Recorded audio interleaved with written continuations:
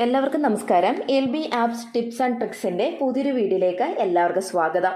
അപ്പോൾ ഇന്ന് നമ്മൾ നോക്കാനായിട്ട് പോകുന്ന നമ്മുടെ NIOS +2 വിദ്യാർത്ഥികളുടെ ഹിസ്റ്ററി ചാപ്റ്റർ 3 ദ ഹാരപ്പൻ സിവിലൈസേഷൻ്റെ ബാക്കി ഭാഗങ്ങളാണ് കേട്ടോ. അപ്പോൾ കഴിഞ്ഞ പാർട്ട് 1ഉം പാർട്ട് 2 ഒക്കെ കാണാത്തവരാരെങ്കിലും ഉണ്ടെങ്കിൽ ആ വീഡിയോസ് ആദ്യമേ കാണുക. അതിനുശേഷം വേണം ഇനി ഈ വീഡിയോസ് കാണാനായിട്ട്. ഓക്കെ, അതുപോലെ തന്നെ നമ്മുടെ 2025 ഏപ്രിൽ ബാച്ചിലേക്കുള്ള NIOS SSLC +2 കോഴ്സുകളിലേക്കുള്ള admission LB academy online class നടന്നുകൊണ്ടിരിക്കുകയാണ്. ലോകത്ത് എവിടെയുള്ളവരാണെങ്കിലും നിങ്ങളുടെ മുടങ്ങിപ്പോയ SSLC +2 പഠനം LB അക്കാദമി ഓൺലൈൻ ക്ലാസ്സിലൂടെ പൂർത്തീകരിക്കണമെന്ന് നിങ്ങൾ ആഗ്രഹിക്കുന്നവരാണെങ്കിൽ ഉടൻ തന്നെ സ്ക്രീനിൽ കാണുന്ന നമ്പറിൽ കോൺടാക്ട് ചെയ്യുക കേട്ടോ. അതോടൊപ്പം തന്നെ നമ്മുടെ ക്രാഷ് കോഴ്സ്, ട്യൂഷൻ ക്ലാസ്സുകൾ ഇതൊക്കെ നമ്മുടെ LB അക്കാദമി ഓൺലൈൻ ക്ലാസ് നടന്നുകൊണ്ടിരിക്കുന്നു. താല്പര്യമുള്ള വിദ്യാർത്ഥികൾക്ക് നിങ്ങൾക്ക് ഏത് സബ്ജക്റ്റാണോ ബുദ്ധിമുട്ടായിട്ട് തോന്നുന്നത് ആ സബ്ജക്റ്റുകൾക്ക് ക്രാഷ് ആയിട്ടും ട്യൂഷനായിട്ടുള്ള രീതിയിലൊക്കെ ജോയിൻ ചെയ്യാനായിട്ട് സാധിക്കുമേ. അപ്പം ഇന്നത്തെ നമ്മുടെ ഈ ഒരു ഹാരപ്പൻ സിവിലൈസേഷൻ്റെ ബാലൻസ് ഭാഗമാണ് നമ്മൾ നോക്കാനായിട്ട് പോകുന്നത്. ബാലൻസിൽ ഇനി നമുക്ക് പഠിക്കാനുള്ള സെക്ഷൻ എന്ന് പറയുന്നത് നമ്മുടെ ഹാരപ്പൻ ജനതയുടെ അല്ലെങ്കിൽ ആ ഒരു ഹാരപ്പൻ കാലഘട്ടത്തിലെ നമ്മുടെ ഇൻഡസ്ട്രീസ് ആൻഡ് ക്രാഫ്റ്റ് ഒക്കെ എപ്രകാരമാണ് എന്നുള്ളതാണ് കേട്ടോ. അപ്പോൾ നമുക്ക് പാഠഭാഗത്തിലേക്ക് കടക്കാം. ഇൻഡസ്ട്രീസ് ആൻഡ് ക്രാഫ്റ്റ്, അതായത് ഹാരപ്പൻ കാലഘട്ടത്തിലെ കലകളും കൈവേലകളെ കുറിച്ചാണ് നമ്മൾ ഇനി നോക്കാനായിട്ട് പോകുന്നത്. നോക്കിക്കേ, ഹാരപ്പയിൽ നിന്ന് ലഭിച്ച മുദ്രകൾ, കളിമൺ രൂപങ്ങൾ, മൺപാത്രങ്ങൾ, ആഭരണങ്ങൾ തുടങ്ങിയവ അവരുടെ കരവിരുതിന് ഉദാഹരണമായിട്ടുള്ള കാര്യങ്ങളാണ്. എന്തൊക്കെയാണ്? നമ്മുടെ ക്രാഫ്റ്റ് ആൻഡ് ഇൻഡസ്ട്രീസ്. ഇതിനെക്കുറിച്ച് ഹാരപ്പൻ പീരീഡിൽ എപ്രകാരമാണ് എന്ന് ചോദിച്ചു കഴിഞ്ഞാൽ ഹാരപ്പയിൽ നിന്ന് ലഭിച്ചിട്ടുള്ള മുദ്രകൾ, അതുപോലെ തന്നെ കളിമൺ രൂപങ്ങൾ, മൺപാത്രങ്ങൾ, ആഭരണങ്ങൾ ഇതെല്ലാം അവർ ഉപയോഗിച്ചുകൊണ്ടിരുന്ന അല്ലെങ്കിൽ അവരുടെ ആ ഒരു കരവിരുതിന് ഉദാഹരണമായിട്ടുള്ള കാര്യങ്ങളൊക്കെയാണ് കേട്ടോ. ഇനി അവരുടെ ആ ഒരു മൺപാത്രങ്ങൾ എപ്രകാരമാണെന്ന് നമുക്കൊന്ന് നോക്കാം. മൺപാത്രങ്ങൾ എങ്ങനെയായിരുന്നു? അതായത് ഈ മൺപാത്രം നിർമ്മിക്കുന്നതിന് വേണ്ടിയിട്ട് അവർ ചൂളകളുടെ അവശിഷ്ടങ്ങളൊക്കെ ഉപയോഗിച്ചിട്ടായിരുന്നു ഈ മൺപാത്ര നിർമ്മാണം നടത്തിയിരുന്നത്. അപ്പോൾ അതുകൊണ്ട് തന്നെ മൺപാത്ര നിർമ്മാണത്തിനായി ഉപയോഗിച്ചിട്ടുള്ള ഈ ചൂളകളുടെയൊക്കെ അവശിഷ്ടങ്ങൾ ഈ പ്രദേശത്ത് നിന്ന് ധാരാളമായിട്ട് നമുക്ക് ലഭിച്ചിട്ടുണ്ട്. അതോടൊപ്പം തന്നെ മൺപാത്രങ്ങൾ എന്ന് പറയുന്നത് അതിൻ്റെ പ്രത്യേകത എന്ന് പറയുന്നത് പൊതുവെ ചെറുതും അതുപോലെ തന്നെ ചില ചിത്രപ്പണികളൊക്കെ ആ ഒരു മൺപാത്രത്തിൽ ഉണ്ടായിരുന്നു. മൺപാത്രങ്ങൾ സസ്യങ്ങൾ, പക്ഷികൾ, മൃഗങ്ങൾ, മനുഷ്യരൂപങ്ങൾ ഇതൊക്കെ ആ ഒരു മൺപാത്രത്തിൽ ആലേഖനവും ചെയ്തിട്ടുണ്ടായിരുന്നു. അപ്പം മൺപാത്രത്തിൻ്റെ പ്രത്യേകത എന്താണെന്ന് മനസ്സിലാക്കിക്കോണം. മൺപാത്രം എന്ത് വെച്ചാൽ നിർമ്മിച്ചിരിക്കുന്നത്? ചൂളകൾ, അല്ലേ? ചൂളകൾ ഉപയോഗിച്ചിട്ടൊക്കെ ആയിരുന്നു മൺപാത്ര നിർമ്മാണം നടത്തിയിരുന്നത്. അപ്പോൾ അതിൻ്റെയൊക്കെ അവശിഷ്ടങ്ങൾ നമുക്ക് ആ ഒരു പ്രദേശത്ത് നിന്ന് ലഭിച്ചിട്ടുണ്ട്. അതുപോലെ തന്നെ മൺപാത്രങ്ങൾ പൊതുവെ ചെറുതും അതുപോലെ തന്നെ അതിൽ തന്നെ കുറച്ച് ചിത്രപ്പണികളൊക്കെ നമുക്ക് കാണാനായിട്ട് സാധിക്കും. ഈ ചിത്രപ്പണികൾ എന്ന് പറയുന്നത് എന്തൊക്കെയാണ് അതിനകത്ത് വരുന്നത്?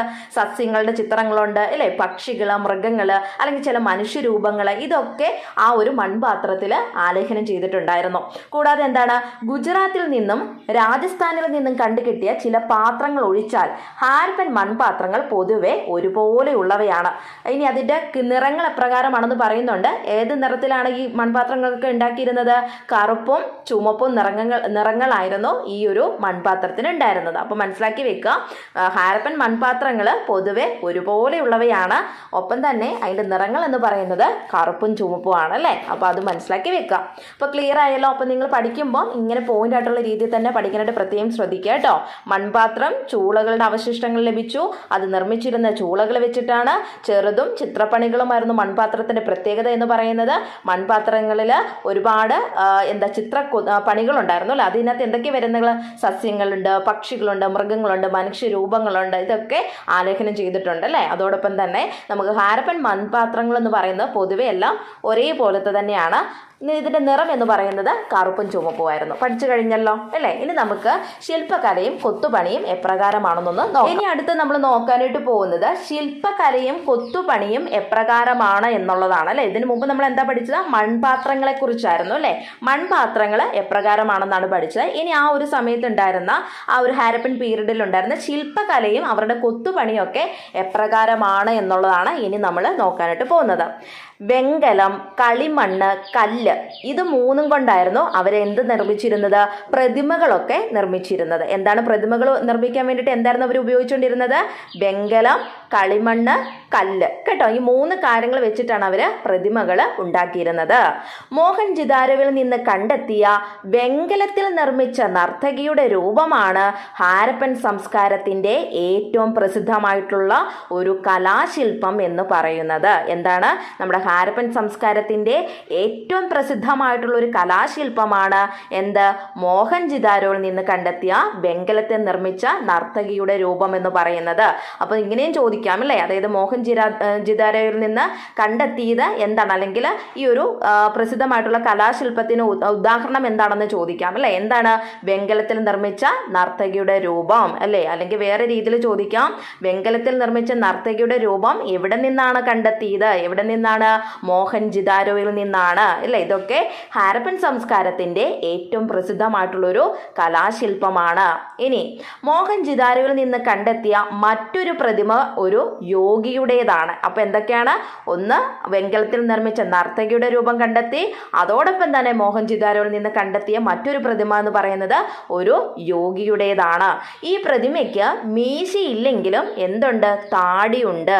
ധ്യാനത്തിലിരിക്കുന്ന മട്ടിൽ കണ്ണുകൾ പകുതി അടച്ചിരിക്കുന്നു. അപ്പോൾ ഈ യോഗി എന്ന് പറയുന്ന ആ ഒരു പ്രതിമയുടെ പ്രത്യേകതകളാണ് അവിടെ എടുത്തു കാണിച്ചിരിക്കുന്നത് അല്ലേ. എന്താണ്? യോഗിയുടെ പ്രതിമ നമുക്ക് കിട്ടിയെന്ന് പറയുന്നുണ്ട്. ആ പ്രതിമ മീശയില്ലെങ്കിൽ അതിന് താടിയുണ്ട്. ശരിക്കും പറഞ്ഞു കഴിഞ്ഞാൽ ധ്യാനത്തിലിരിക്കുന്ന രീതിയിലുള്ള, അല്ലെങ്കിൽ ധ്യാനത്തിലിരിക്കുന്ന മട്ടിലുള്ള ഒരു പ്രതിമയാണ്. അതായത് കണ്ണുകൾ പകുതി അടച്ചിരിക്കുന്നു അല്ലേ. അങ്ങനെ ഒരു പ്രതിമയാണ് നമുക്ക് മോഹൻജിദാരോവിൽ നിന്ന് കണ്ടെത്തിയിരിക്കുന്നത്. അപ്പം ഈ ഒരു പ്രതിമ എന്ന് പറയുന്നത് പുരോഹിതനാണെന്നാണ് കരുതുന്നത്. ക്ലിയർ ആണല്ലോ. അപ്പോൾ ആദ്യം നമുക്ക് മോഹൻജിദാരോവിൽ നിന്ന് കിട്ടിയത് എന്താണ്? ഒരു വെങ്കലത്തിൽ നിർമ്മിച്ച നർത്തകിയുടെ രൂപമാണല്ലേ. അത് ഹാരപ്പൻ സംസ്കാരത്തിന്റെ ഏറ്റവും പ്രസിദ്ധമായിട്ടുള്ള ഒരു കലാശില്പമായിട്ട് കരുതുന്നു. രണ്ടാമത് ഒരു യോഗിയുടേതാണ്. അത് പുരോഹിതനാണെന്നാണ് നമ്മൾ കരുതപ്പെടുന്നത്. കാരണം ധ്യാനത്തിലിരിക്കുന്ന അല്ലേ, അതായത് താടിയൊക്കെ ഉള്ള ഒരു പ്രതിമയാണ് നമുക്ക് കിട്ടിയിരിക്കുന്നത്. അപ്പോൾ ധ്യാനത്തിലിരിക്കുന്ന മട്ടിലുള്ള ഒരു പ്രതിമയാണത്. പകുതി കണ്ണുകൾ ഇങ്ങനെ അടഞ്ഞിരിക്കുന്നുണ്ട്. ഇനി അതുപോലെ തന്നെ ഹാരപ്പിൽ നിന്ന് വെങ്കലത്തിൽ നിർമ്മിച്ച 2 കാളവണ്ടികളും കണ്ടെത്തിയിട്ടുണ്ട്. കൂടാതെ ഒരുപാട് കളിമൺ രൂപങ്ങളും ഈ ഭാഗത്തുനിന്ന് നമുക്ക് ലഭിച്ചിട്ടുണ്ട്. കൂടാതെ എന്താണ്? ഈ യോഗിയുടെയും അതുപോലെ തന്നെ നമ്മുടെ മോഹൻജിദാരോവിൽ നിന്ന് കണ്ടെത്തിയ നർത്തകിയുടെ രൂപം കൂടാതെ ഒരുപാട് പക്ഷി മൃഗാദികളുടെയൊക്കെ അല്ലെങ്കിൽ സ്ത്രീ പുരുഷ രൂപങ്ങളൊക്കെ നമുക്ക് ഈ സ്ഥലത്ത് നിന്ന് കണ്ടെത്താനായിട്ട് സാധിച്ചിട്ടുണ്ട്. അപ്പോൾ ഇതെല്ലാം മനസ്സിലാക്കി വെക്കാം. ഇവിടെ ഏറ്റവും പ്രധാനമായിട്ട് മനസ്സിലാക്കേണ്ടത് ശില്പകലയും കൊത്തുപണിയും എന്ത് ഉണ്ടാക്കിയിരുന്നതെന്ന് മനസ്സിലാക്കി വെക്കുക. എന്താണ് അതിനുവേണ്ടി ഉപയോഗിച്ചിരുന്ന? കളിമണ്ണും കല്ലും അതുപോലെ തന്നെ വെങ്കലമാണ് അല്ലേ. അപ്പോൾ ഈ വെങ്കലത്തിൽ ഉണ്ടാക്കിയിട്ടുള്ള പ്രതിമകളും അതുപോലെ തന്നെ കാളവണ്ടികളൊക്കെ നമുക്ക് ഇതിനൊക്കെ ഏറ്റവും ഉദാഹരണമാണ്. അല്ലെങ്കിൽ ഹാരപ്പൻ ജനത ഈ ഒരു ശില്പകലയും കൊത്തുപണിയൊക്കെ എപ്രകാരമായിരുന്നു എന്ന് ചോദിച്ചു കഴിഞ്ഞാൽ വെങ്കലമായിരുന്നു അവരുടെ ഏറ്റവും പ്രധാനപ്പെട്ട, അല്ലെങ്കിൽ ഇതൊക്കെ ഉണ്ടാക്കാൻ വേണ്ടി ഉപയോഗിച്ചിരുന്നത്. അപ്പോൾ വെങ്കലത്തിൽ നിന്ന് കിട്ടിയിരിക്കുന്ന അല്ലെങ്കിൽ വെങ്കലം കൊണ്ടുണ്ടാക്കിയ ആ ഒരു കലാശില്പം ഇല്ലേ, നർത്തകിയുടെ രൂപവും അതുപോലെ തന്നെ നമ്മുടെ യോഗിയുടേതും അതുപോലെ 2 കാളവണ്ടികളൊക്കെ കണ്ടെത്തിയിട്ടുണ്ട്. ഇതെല്ലാം നിർമ്മിച്ചിരിക്കുന്നത് എന്ത് വെച്ചിട്ടാണ്? വെങ്കലം വെച്ചിട്ടാണ് അല്ലേ. അതുപോലെ തന്നെ കളിമൺ രൂപങ്ങളും ഉണ്ട്. കളിമൺ രൂപത്തിന് ഉദാഹരണങ്ങളാണ് ഏത്? പക്ഷി മൃഗാദികളുടെയും അതോടൊപ്പം തന്നെ സ്ത്രീ പുരുഷ രൂപങ്ങളൊക്കെ. ക്ലിയർ ആണല്ലോ.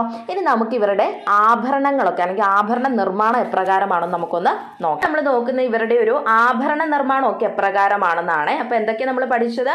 ആദ്യത്തെ സെക്ഷനിൽ അവരുടെ ആ ഒരു മൺപാത്ര നിർമ്മാണമൊക്കെ എങ്ങനെയായിരുന്നു എന്നുള്ളത് നമ്മൾ പഠിച്ചു. അതിനുശേഷം ശില്പകലയും കുത്തുപണി എങ്ങനെയാണെന്ന് നോക്കി. ഇനി നമ്മൾ നോക്കുന്നത് ആഭരണ നിർമ്മാണമാണ്. ഈ ആഭരണമൊക്കെ എങ്ങനെയാണ് നിർമ്മിച്ചതെന്ന് നോക്കിക്കേ. എന്തൊക്കെ വെച്ചിട്ടാണ് ആഭരണം നിർമ്മിച്ചിരുന്നവർ? നമ്മുടെ ഹാരപ്പക്കാർ എന്തൊക്കെയാണ്? ചെമ്പ്, വെങ്കലം, സ്വർണം. ഓൾറെഡി നമ്മൾ പറഞ്ഞായിരുന്നു. ശില്പകലയും കുത്തുപണിയും ആ സെക്ഷൻ നമ്മൾ പഠിച്ചായിരുന്നു അല്ലേ. എന്താ? വെങ്കലം വെച്ചിട്ടൊക്കെ ആയിരുന്നു അവരുടെ ശില്പകല എന്നൊക്കെ പറഞ്ഞത്. അതുപോലെ തന്നെ ആഭരണം നിർമ്മിക്കാൻ വേണ്ടിയിട്ടും ഇവരെന്താ ഉപയോഗിച്ചിരുന്നത്? വെങ്കലമൊക്കെയാണ് അല്ലേ. വെങ്കലം, ചെമ്പ്, സ്വർണം ഇത് ഉപയോഗിച്ചിട്ടാണ് ഇവർ ആഭരണങ്ങളൊക്കെ നിർമ്മിച്ചിരുന്നത്. ലോഥാനിൽ നിന്ന് മുത്ത് നിർമ്മാണ കേന്ദ്രത്തിന്റെ തെളിവുകളൊക്കെ ലഭിച്ചിട്ടുണ്ട്. അപ്പോൾ ഈ ആഭരണം നിർമ്മിച്ചിട്ടുണ്ട് എന്ന് പറയുന്നതിന് ഏറ്റവും വലിയൊരു തെളിവാണ് നമുക്ക് ലോഥനിൽ നിന്ന് കിട്ടിയിട്ടുള്ളത്. അപ്പോൾ അത് മുത്ത് നിർമ്മാണ കേന്ദ്രത്തിന്റെ തെളിവുകളൊക്കെ നമുക്ക് അവിടെ നിന്ന് ലഭിച്ചിട്ടുണ്ട്. അത് ഏറ്റവും പ്രധാനപ്പെട്ട ഒരു പോയിന്റ് ആണ് കേട്ടോ. അതോടൊപ്പം തന്നെ ഹാരപ്പൻ സൈറ്റുകളിൽ നിന്ന് കണ്ടെത്തിയിട്ടുള്ള വളകൾ നിർമ്മിച്ചിരിക്കുന്നത് കളിമണ്ണ്, വെങ്കലം അതുപോലെ എന്താണ്? ആമത്തോട്. ഇതൊക്കെ വെച്ചിട്ടായിരുന്നു ഹാരപ്പൻ സൈറ്റുകളിൽ നിന്ന് കണ്ടെത്തിയിട്ടുള്ള വളകളൊക്കെ. കണ്ടോ? വളകളൊക്കെ എന്ത് വെച്ചിട്ടാ? ഈ പറഞ്ഞ പോലെ തന്നെ വെങ്കലവും അതുപോലെ തന്നെ കളിമണ്ണും അതുപോലെ ആമത്തോടൊക്കെ ഉപയോഗിച്ചിട്ടായിരുന്നു ഇവര് വളകളൊക്കെ ഉണ്ടാക്കിയിരുന്നത് അല്ലേ. ഇനി അടുത്തെന്താ? വൈഡൂര്യം, വൈഡൂര്യം, മാണിക്യം, സ്വർണം, വെള്ളി എന്നിവ കൊണ്ട് അവർ ആഭരണങ്ങൾ നിർമ്മിച്ചിരുന്നു. അപ്പോൾ ആഭരണങ്ങൾ നിർമ്മിക്കാൻ വേണ്ടി അവർ എന്തൊക്കെ ഉപയോഗിച്ചത്? വൈഡൂര്യം, മാണിക്യം, സ്വർണം, വെള്ളി, അല്ലേ? നമ്മളിപ്പോൾ ഉപയോഗിച്ചുകൊണ്ടിരിക്കുന്ന സാധനങ്ങളൊക്കെ വെച്ച് തന്നെയാണ് അവരും ആഭരണങ്ങൾ നിർമ്മിച്ചിട്ടുള്ളത്, അല്ലേ? പക്ഷേ ഹാരപ്പൻ സൈറ്റുകളിൽ കണ്ടെത്തിയിട്ടുള്ള വളകളൊക്കെ അവർ എന്ത് വെച്ചിട്ടായിരുന്നു? ഈ പറഞ്ഞ പോലെ തന്നെ കളിമണ്ണ്, വെങ്കലം, ആമത്തോട് ഇതൊക്കെ ഉപയോഗിച്ചിട്ടായിരുന്നു അവർ വളകളൊക്കെ ഉണ്ടാക്കിയിരുന്നത്. എന്നാൽ ആഭരണങ്ങളൊക്കെ നിർമ്മിച്ചിരുന്നത് ഈ ഒരു വൈഡൂര്യം, മാണിക്യം, സ്വർണം, വെള്ളി ഇതൊക്കെ കൊണ്ടായിരുന്നു, അല്ലേ? ഹാരപ്പയിൽ വിവിധ തരം തൊഴിലുകൾ നിലനിന്നിരുന്നു എന്നതിന് ഏറ്റവും വലിയൊരു തെളിവാണ് ഈ കരകൗശല വസ്തുക്കൾ എന്ന് പറയുന്നത്, അല്ലേ? അതായത് മുത്തും അതുപോലെ തന്നെ ഇപ്പം കണ്ട നമ്മുടെ വളകൾ, അല്ലേ? അതുപോലെ തന്നെ ആഭരണങ്ങൾ, ഇതൊക്കെ ഇതൊക്കെ നിന്നൊക്കെ നമുക്ക് മനസ്സിലാക്കാൻ പറ്റുന്നത് ഒരുപാട് കരകൗശല വസ്തുക്കൾ നമുക്ക് അവിടെ നിന്ന് അല്ലെങ്കിൽ ഹാരപ്പൻ ജനത വിവിധ തരം തൊഴിലുകൾ ഏർപ്പെട്ടിരുന്നു എന്നതിന് ഏറ്റവും വലിയ ഉദാഹരണമാണ് ഈ വിവിധ തരത്തിലുള്ള കരകൗശല വസ്തുക്കൾ എന്ന് പറയുന്നത്. ക്ലിയർ ആണല്ലോ? അപ്പം ഇത്രയും കാര്യങ്ങളൊന്ന് പഠിച്ചു വെക്കണം. വളരെ പ്രധാനപ്പെട്ട പോയിന്റ് ആണ് ഇത് കേട്ടോ. ഇൻഡസ്ട്രീസ് ആൻഡ് ക്രാഫ്റ്റ് ചോദിക്കുന്നതാണ് പരീക്ഷയ്ക്ക്. മൺപാത്ര നിർമ്മാണങ്ങളും അതുപോലെ തന്നെ നമ്മുടെ ശില്പകലയും കൊത്തുപണിയും ആഭരണ നിർമ്മാണവും എപ്രകാരമാണെന്നുള്ളത് പഠിച്ചു വെക്കാം. ഓക്കെ, അടുത്ത് നമുക്ക് നോക്കാനായിട്ടുള്ളത് ഇവരുടെ ആ ഒരു സോഷ്യൽ ലൈഫ് എങ്ങനെയാണെന്നുള്ളതാണ് കേട്ടോ. ഈ ഹാരപ്പൻ പീപ്പിളിൻ്റെ സോഷ്യൽ ലൈഫ് എങ്ങനെയാണെന്നുള്ളതാണ് ഇനി നമ്മൾ നോക്കാനായിട്ട് പോകുന്നത്. അതായത് അവരുടെ ഭക്ഷണം എങ്ങനെയാണെന്നുള്ളതും അതുപോലെ തന്നെ വസ്ത്രധാരണം, ഫാഷൻ, വിനോദങ്ങൾ, ആയുധങ്ങൾ, അതുപോലെ തന്നെ മൃഗങ്ങളൊക്കെ അവരെങ്ങനെയാണ് ഇണക്കിയിരുന്നത്, ഇതൊക്കെയാണ് അവരുടെ സോഷ്യൽ ലൈഫ് എന്ന് പറയുന്നത്. സോഷ്യൽ ലൈഫിൽ ഇത്രയും കാര്യങ്ങളാണ് ഉൾപ്പെടുന്നത്. നമുക്ക് ഓരോന്നായിട്ട് നോക്കാം കേട്ടോ. ഒന്ന്, അവരുടെ ഭക്ഷണത്തെക്കുറിച്ചാണ് നമ്മൾ നോക്കുന്നത്. ഒന്ന്, പ്രധാനപ്പെട്ട ഭക്ഷണം എന്ന് പറയുന്നത് ഗോതമ്പ്, തിന, പഴം, പച്ചക്കറികൾ, മത്സ്യമാംസാദികൾ, അതുപോലെ തന്നെ സിന്ധ്, പഞ്ചാബ് ഭാഗങ്ങളിലുള്ള ഹാരപ്പക്കാരുടെ പ്രധാന ഭക്ഷണം എന്ന് പറയുന്നത് ഗോതമ്പും ബാർലിയുമായിരുന്നു. അപ്പോൾ പ്രധാനപ്പെട്ട ഭക്ഷണം എന്ന് പറയുന്നത് എന്തൊക്കെയാണ്? ഗോതമ്പ്, തിന, പഴം, ഇല്ലേ, പച്ചക്കറികൾ, മത്സ്യമാംസാദികൾ, ഇതൊക്കെയായിരുന്നു അവരുടെ സാധാരണ ഭക്ഷണം എന്ന് പറയുന്നത്. എന്നാൽ സിന്ധ്, പഞ്ചാബ് ഭാഗങ്ങളിലുള്ള ഹാരപ്പക്കാരുടെ പ്രധാന ഭക്ഷണം എന്ന് പറയുന്നത് ഗോതമ്പും ബാർലിയുമായിരുന്നു എന്നുള്ളത് മനസ്സിലാക്കി വെക്കുക. ഇനി അടുത്തത് നമ്മുടെ ഗുജറാത്ത്, രംഗ്പൂർ എന്നീ സ്ഥലങ്ങളിലേക്ക് പോയി കഴിഞ്ഞാൽ അവരുടെ പ്രധാന ഭക്ഷണം എന്ന് പറയുന്നത് അരിയും തിനയുമായിരുന്നു. ക്ലിയർ ആണല്ലോ? ഇപ്പൊ സിന്ധ്, പഞ്ചാബിലേക്ക് വന്നു കഴിയുമ്പോഴത്തേനും അവരുടെ ഭക്ഷണം എന്ന് പറയുന്നത് ഗോതമ്പും ബാർലിയാണ്. അതിനുശേഷം നമ്മൾ ഗുജറാത്ത്, രംഗ്പൂരിലേക്ക് വന്നു കഴിഞ്ഞാൽ അവരുടെ പ്രധാന ഭക്ഷണം എന്താണ്? അരിയും തിനയുമായിരുന്നു, അല്ലേ? ഇനി കൂടാതെ വീടുകളിൽ നിന്നും വഴികളിൽ നിന്നും തെരുവുകളിൽ നിന്നൊക്കെ ലഭിച്ച പകുതി വെന്ത മൃഗങ്ങളുടെ എല്ലുകൾ അവർ സസ്യേതര ആഹാരമായി കഴിച്ചിരുന്നു എന്നും വ്യക്തമാണ്. അപ്പോൾ ഇവിടെ 3 പോയിന്റുകളാണ് പ്രധാനമായിട്ട് ഓർത്തിരിക്കേണ്ടത്. ഒന്ന്, അവരുടെ ഭക്ഷണ രീതി എന്തൊക്കെയാണെന്ന് മനസ്സിലാക്കുക. എല്ലാ രീതിയിലും നമ്മൾ കഴിക്കുന്ന പോലെ തന്നെയുള്ള സാധനങ്ങളാണ് അവർ കഴിച്ചുകൊണ്ടിരുന്നത്. ഗോതമ്പും, ഇല്ലേ, തിനയും, പഴവും, പച്ചക്കറികളും, മത്സ്യമാംസാദികളും ഒക്കെ അവർ കഴിച്ചിരുന്നു. അതോടൊപ്പം തന്നെ എന്താണ്? സിന്ധ്, പഞ്ചാബിലേക്ക് വന്നു കഴിയുമ്പോഴത്തേനും അവരുടെ പ്രധാന ഭക്ഷണം എന്താണ്? ഗോതമ്പും ബാർലിയുമാണ്, അല്ലേ? അതുപോലെ തന്നെ നമ്മുടെ ഗുജറാത്ത്, രംഗ്പൂർ എന്നീ പ്രദേശങ്ങളിലേക്ക് വന്നു കഴിഞ്ഞാൽ അവരുടെ പ്രധാന ഭക്ഷണം എന്ന് പറയുന്നത് അരിയും തിനയുമാണ്. കൂടാതെ നമുക്കറിയാം, മുമ്പ് പറഞ്ഞ പോലെ തന്നെ വീടുകളിൽ നിന്നും വഴികളിൽ നിന്നൊക്കെ നമുക്ക് എന്താണ് ലഭിച്ചു കിട്ടുന്നത്, അല്ലെങ്കിൽ അവിടെ നിന്ന് ലഭിക്കുന്ന പകുതി വെന്ത മൃഗങ്ങളുടെ എല്ലുകളൊക്കെ അവർ സസ്യേതര ആഹാരമായിട്ട് ഇവർ കഴിച്ചിരുന്നു എന്നാണ് പറയപ്പെടുന്നത്. ഇനി ഇവരുടെ വസ്ത്രധാരണം എങ്ങനെയാണെന്ന് നമുക്കൊന്ന് നോക്കാം. തുണി അരയിൽ ചുറ്റി ഒരറ്റം ഇടത് തോളിലിട്ട് വലത് കൈയുടെ ചുവട്ടിൽ കൊണ്ടുവരികയാണ് ഹാരപ്പൻകാര് ചെയ്തിരുന്നത്. കണ്ടോ, അവരുടെ ആ ഒരു വസ്ത്രധാരണം എങ്ങനെയാണെന്ന് മനസ്സിലാക്കി വെക്കുക. എന്താ ചെയ്യുന്നത്? തുണി അരയിൽ ചുറ്റിയിട്ട് അതിൻ്റെ ഒരറ്റം എടുത്തിട്ട് ഇടത് തോളിൽ കൂടി ഇട്ടിട്ട് വലത് കൈയുടെ ചുവട്ടിൽ കൊണ്ടുവന്ന് വെക്കുക, അല്ലേ? അതായിരുന്നു അവരുടെ ആ ഒരു വസ്ത്രധാരണ രീതി എന്ന് പറയുന്നത്. ഹാരപ്പൻകാര് അതുപോലെ തന്നെ അവർ ഉപയോഗിച്ചുകൊണ്ടിരുന്ന അവരുടെ വസ്ത്രം എന്ന് പറയുന്നത് ഏത് രീതിയിലുള്ളതായിരുന്നു? പരുത്തിത്തുണിയും കമ്പിളിത്തുണിയാണ്. മനസ്സിലായല്ലോ? പരുത്തിത്തുണിയും കമ്പിളിത്തുണിയാണ് അവർ ഉപയോഗിച്ചുകൊണ്ടിരുന്നത്.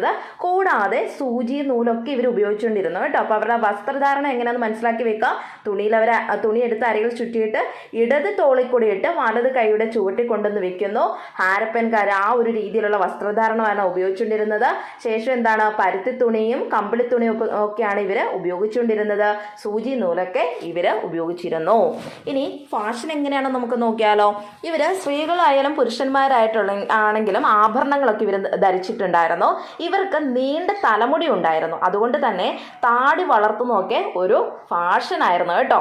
എങ്കിലും മീശ ഇവർ വടിച്ചു കളഞ്ഞിരുന്നു. അപ്പോൾ അവരുടെ ഒരു ഫാഷൻ രീതി എങ്ങനെയാണെന്നൊക്കെ ഒന്ന് മനസ്സിലാക്കി വെച്ചോണം. സ്ത്രീകളും പുരുഷന്മാരൊക്കെ ആഭരണങ്ങളൊക്കെ ധരിക്കും.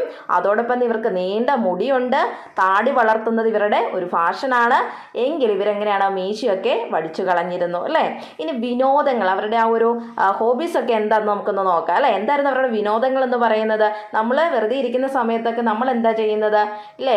TV കാണും ഇല്ലേ. അതുപോലെ തന്നെ പാട്ട് പാടുന്നവരാണെങ്കിൽ പാട്ട് പാടും, അല്ലെങ്കിൽ പാട്ട് കേൾക്കുന്നവരാണെങ്കിൽ പാട്ട് കേൾക്കും, ഡാൻസ് കളിക്കുന്നവരാണെങ്കിൽ ഡാൻസ് കളിക്കും എന്ന് പറഞ്ഞ പോലെ നമ്മുടെ ഹാരപ്പൻ ജനതയ്ക്ക് എന്താണ് അവരുടേതായിട്ടുള്ള വിനോദം ഉണ്ടായിരുന്നു അല്ലേ. അപ്പോൾ അവരുടെ വിനോദങ്ങൾ എന്താണെന്ന് നമുക്കൊന്ന് നോക്കാം. മത്സ്യബന്ധനം, കാളപ്പോര്, ചൂതാട്ടം എന്നിവയൊക്കെയായിരുന്നു ഇവരുടെ വിനോദങ്ങൾ എന്ന് പറയുന്നത്. എന്താണ്? മത്സ്യബന്ധനം, ചൂതാട്ടം, അതുപോലെ തന്നെ കാളപ്പോര്, ഇതൊക്കെയായിരുന്നു ഇവരുടെ വിനോദങ്ങൾ എന്ന് പറയുന്നത്. കുട്ടികൾ കളിമണ്ണ് കൊണ്ടുള്ള കളിപ്പാട്ടങ്ങളൊക്കെ ഉപയോഗിച്ചിരുന്നു. നമ്മളൊക്കെ ആണെങ്കിലും ചെറിയ കുട്ടിയായിരുന്ന സമയത്ത് നമ്മൾ ഒരു ചിരട്ടയൊക്കെ എടുത്ത് അല്ലേ, അമ്മ ചോറും കറിയും വെക്കുന്ന പോലെ നമ്മളും ചിരട്ടയ്ക്കകത്ത് മണ്ണൊക്കെ നിറച്ച് ചെറിയ സമയത്ത് അല്ലേ മണ്ണപ്പൊക്കെ ഉണ്ടാക്കി കളിക്കുന്നു. അല്ലെങ്കിൽ ചെറിയ കുട്ടിയായിട്ടിരിക്കുമ്പം എന്താണ് ചിരട്ടകൾ മണ്ണൊക്കെ നിറച്ചിട്ട് ചോറും കറിയൊക്കെ വെച്ച് അങ്ങനെയൊക്കെ കളിക്കും അല്ലേ. എന്ന് പറഞ്ഞ പോലെ തന്നെ ചെറിയ കുട്ടികളൊക്കെ എങ്ങനെയായിരുന്നു? കളിമണ്ണ് കൊണ്ടുള്ള കളിപ്പാട്ടങ്ങളൊക്കെ ആയിരുന്നു ഇവരും ഉപയോഗിച്ചിട്ടുണ്ടായിരുന്നത്. കുഞ്ഞു കുട്ടികളല്ലേ, അപ്പോൾ അവർക്കും ഇല്ലേ അവരുടേതായിട്ടുള്ള വിനോദങ്ങളൊക്കെ അല്ലേ.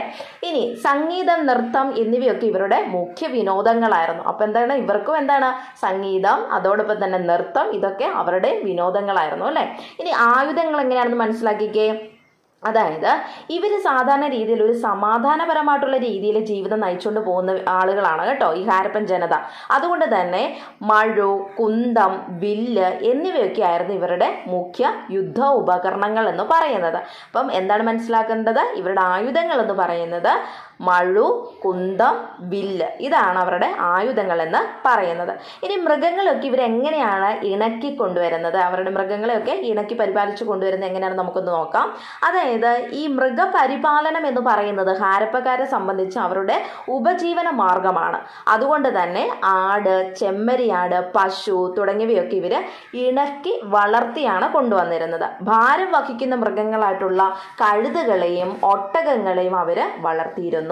ഈ കാലഘട്ടത്തിൽ കുതിര സാധാരണമായിരുന്നില്ല. അപ്പോൾ ആ സമയത്ത് അതായത് നമുക്കറിയാം ഭാരം വഹിക്കുന്ന മൃഗങ്ങളാണ് എന്ത്, കഴുതയും ഒട്ടകവും ഒക്കെ അല്ലേ. അതായത് ഒരു സ്ഥലത്ത് നിന്ന് നമുക്ക് മറ്റൊരു സ്ഥലത്തേക്ക് പോകണമെന്നുണ്ടെങ്കിൽ ആ കാലഘട്ടത്തിലൊക്കെ നമുക്കറിയാം എന്തെങ്കിലുമൊക്കെ സാധനങ്ങളൊക്കെ മൈഗ്രേഷനൊക്കെ ചെയ്യുമ്പോഴത്തേന് അല്ലേ ഓരോ സാധനങ്ങളൊക്കെ കയറ്റി ഇങ്ങനെയുള്ള മൃഗങ്ങളെ കൊണ്ടായിരിക്കും ഗതാഗത മാർഗ്ഗമൊക്കെ അങ്ങനെയൊക്കെ ഉപയോഗിച്ചുകൊണ്ടിരുന്നത് അല്ലേ. അപ്പോൾ എന്ന് പറഞ്ഞ പോലെ തന്നെ ഈ ഭാരം വഹിക്കുന്ന മൃഗങ്ങളായിട്ടുള്ള കഴുതയും ഒട്ടകങ്ങളൊക്കെയാണ് അവർ കൂടുതലായിട്ടും വളർത്തിക്കൊണ്ടിരുന്നത്.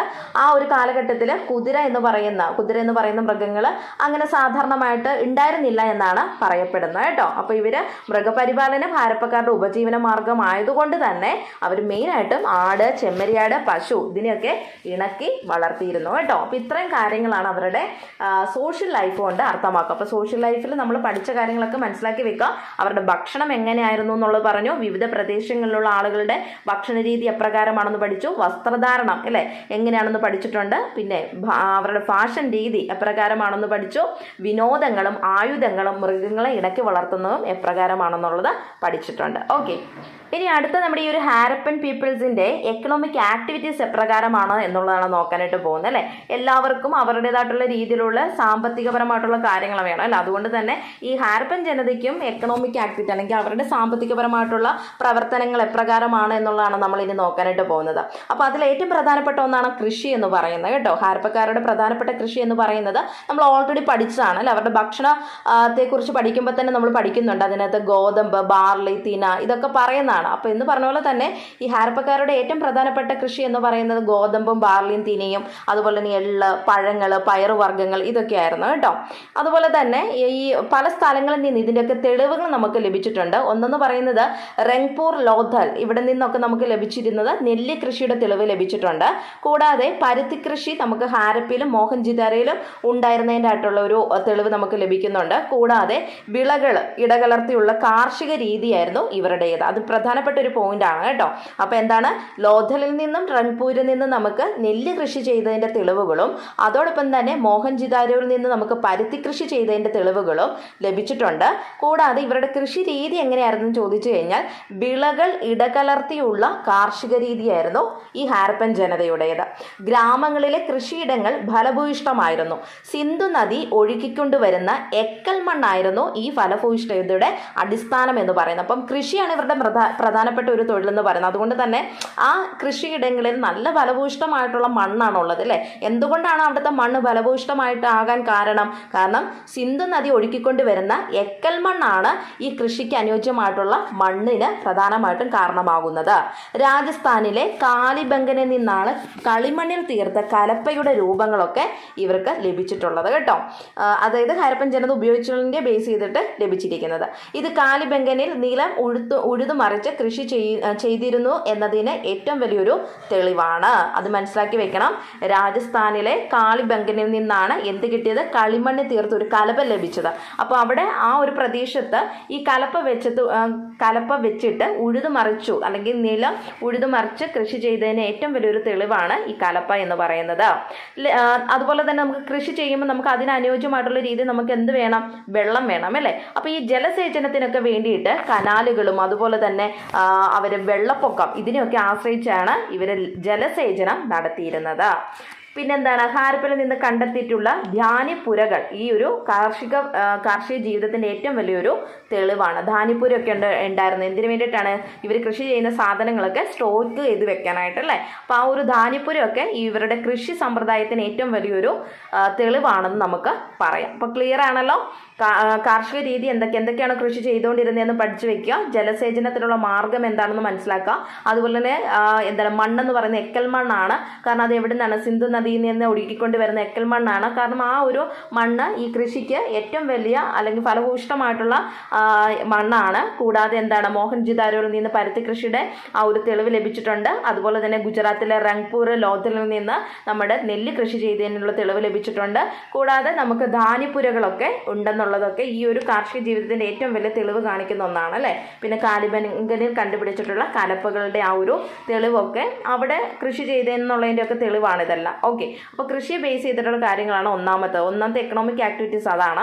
രണ്ടാമത്തെ ഇവരുടെ നമ്മൾ പഠിച്ചാണ് മൃഗപരിപാലനം അല്ലേ. നമ്മൾ ഓൾറെഡി അവരുടെ സോഷ്യൽ ലൈഫിൽ പഠിച്ച സമയത്ത് പഠിച്ചാണ് എന്താണ് മൃഗപരിപാലനം എന്ന് പറയുന്നത്. അല്ലെങ്കിൽ മൃഗങ്ങളെ വളരെയധികം ഇണക്കി വളർത്തിക്കൊണ്ടിരുന്ന ആളുകളാണ് ആര്? നമ്മുടെ ഹാരപ്പൻ ജനത എന്ന് പറയുന്നത് അല്ലേ. അതുപോലെ തന്നെ കാള, ചെമ്മരിയാട്, പോത്ത്, പന്നി എന്നീ മൃഗങ്ങളെയൊക്കെയാണ് ഇവർ ഇണക്കി വളർത്തിയിരുന്നത്.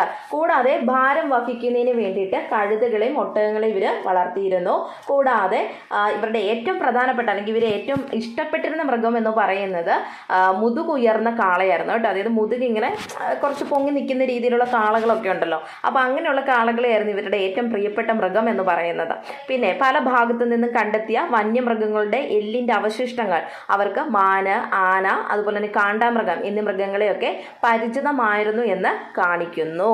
കൂടാതെ ആനയുടെയും കാണ്ടാമൃഗത്തിൻ്റെയൊക്കെ കളിമൺ രൂപങ്ങളും ഇവർക്ക് അല്ലെങ്കിൽ ഇവർ ഉപയോഗിച്ചെന്നൊക്കെ ഉള്ളതിൻ്റെ അല്ലെങ്കിൽ ഇവർക്ക് അറിയാമായിരുന്നു എന്നതിൻ്റെയൊക്കെ ഒരു തെളിവാണ് ഇതൊക്കെ കേട്ടോ. ഈ ആനയുടെയും കാണ്ടാമൃഗത്തിൻ്റെയൊക്കെ കളിമൺ രൂപങ്ങൾ എന്ന് പറയുന്നത്. അപ്പോൾ ഇവർക്ക് ഇങ്ങനെയുള്ള മൃഗങ്ങളെയൊക്കെ പരിചിതമാണ് എന്ന് കാണിക്കുന്നതിന് വേണ്ടിയിട്ടുള്ള ഒരു തെളിവുകളൊക്കെയാണ് ഈ ഒരു കളിമൺ രൂപങ്ങൾ എന്ന് പറയുന്നത്. അപ്പോൾ ഇവിടെ പ്രധാനമായിട്ടും നമ്മൾ ആ സോഷ്യൽ ലൈഫിൽ എന്താണോ പഠിച്ചത് അത് മാത്രം ഇവിടെ ഓർത്തിരുന്നാൽ മതി. ഇനി അതോടൊപ്പം തന്നെ അളവ് തൂക്കങ്ങളൊക്കെ എപ്രകാരമാണെന്നൊന്ന് മനസ്സിലാക്കി വെക്കുക. അതായത് ഇവരുടെ കച്ചവടത്തിനും മറ്റ് വ്യാപാര പ്രവർത്തനങ്ങൾക്കൊക്കെ ഹാരപ്പക്കാർ കൃത്യമായിട്ടുള്ള അളവ് തൂക്കമൊക്കെ ഉപയോഗിച്ചിട്ടുണ്ടായിരുന്നു. അതായത് ഒരുപാട് തൂക്കക്കട്ടികൾ മോഹൻജിദാരോയിൽ നിന്ന് ഹാരപ്പനിൽ നിന്നും കണ്ടെത്തിയിട്ടുണ്ട്. അപ്പോൾ ഇതിൻ്റെ അടിസ്ഥാനത്തിൽ നമുക്ക് പറയാം ഈ ഹാരപ്പനിൽ നിന്ന് മോഹൻജിദാരോയിൽ നിന്നൊക്കെ കണ്ടെത്തിയിട്ടുള്ള ഈ തൂക്കക്കട്ടികളുടെയൊക്കെ അടിസ്ഥാനത്തിൽ നമുക്ക് പറയാനായിട്ട് സാധിക്കുന്നത് ഹാരപ്പക്കാരെന്താണ് കൃത്യമായിട്ടുള്ള അളവും അല്ലെങ്കിൽ തൂക്കവും ഒക്കെ ഉപയോഗിച്ചിരുന്നു അല്ലേ. എന്തിനു വേണ്ടിയിട്ട്? കച്ചവടത്തിനും അതുപോലെ തന്നെ മറ്റ് വ്യാപാര പ്രവർത്തനങ്ങൾക്കും വേണ്ടിയിട്ട്. കൂടാതെ അടുത്ത ഇനിയിപ്പോൾ അവരുടെ ആ ഒരു ഉപകരണങ്ങളൊക്കെയാണ്. ഇതൊക്കെ ഓൾറെഡി നമ്മൾ പഠിച്ച കാര്യങ്ങൾ തന്നെയാണ് അല്ലേ. അതായത് കല്ലുകൊണ്ടും വെങ്കലം കൊണ്ടൊക്കെ നിർമ്മിച്ചിരുന്ന ആയുധങ്ങളാണ് ഇവരെ ഉപയോഗിച്ചുകൊണ്ടിരുന്നത്. അതുപോലെ തന്നെ വെങ്കലം കൊണ്ടുണ്ടാക്കിയ പ്രധാന ഉപകരണങ്ങളാണ് ഏതൊക്കെ? മഴു, അതുപോലെ തന്നെ അരിവാള്, സൂചി, ആണി, അറക്കവാള്, ചൂണ്ട, ക്ഷൗരക്കത്തി, ഇതൊക്കെ എന്ത് വെച്ചിട്ടാണ്? വെങ്കലം വെച്ചിട്ടാണ് നിർമ്മിച്ചിരിക്കുന്നത്. കൂടാതെ വാള്, അമ്പ്, കുന്തം, ഇതൊക്കെയായിരുന്നു ഇവര് ഉപയോഗിച്ചുകൊണ്ടിരുന്ന പ്രധാന ലോഹ ആയുധങ്ങൾ എന്ന് പറയുന്നത്. ഇതൊക്കെ നമ്മൾ ആ സോഷ്യൽ ലൈഫിൽ പഠിക്കുന്ന കാര്യങ്ങൾ തന്നെയാണ്. അപ്പോൾ ഇതൊക്കെ ഒന്ന് മനസ്സിലാക്കി വെക്കുക. അപ്പോൾ എക്കണോമിക് ആക്ടിവിറ്റീസിനെ കുറിച്ച് എഴുതാൻ പറഞ്ഞു കഴിഞ്ഞാൽ ഇത്രയും കാര്യങ്ങൾ നിങ്ങൾ മനസ്സിലാക്കണം. ഒന്ന് കൃഷിയെക്കുറിച്ച് പറയണം, മൃഗപരിപാലനത്തെക്കുറിച്ച് പറയണം, അളവ് തൂക്കങ്ങളൊക്കെ അവരുടെ എപ്രകാരമാണെന്നുള്ളത് പറയണം, ഉപകരണങ്ങൾ അവർ ഉപയോഗിച്ചുകൊണ്ടിരുന്ന ഉപകരണങ്ങൾ എന്തൊക്കെയാണെന്നുള്ളത് പറയണം. ഇത്തരം കാര്യങ്ങൾ വന്നെങ്കിൽ മാത്രമേ അവരുടെ ഒരു സോഷ്യൽ ലൈഫ് അല്ല എക്കണോമിക് ആക്ടിവിറ്റീസ് എന്താണെന്നുള്ളത് നമുക്കവിടെ ആൻസറായിട്ട് എഴുതാൻ പറ്റത്തുള്ളൂ. അപ്പോൾ ഇത്രയും കാര്യങ്ങളവിടെ മനസ്സിലാക്കി വെക്കുക കേട്ടോ.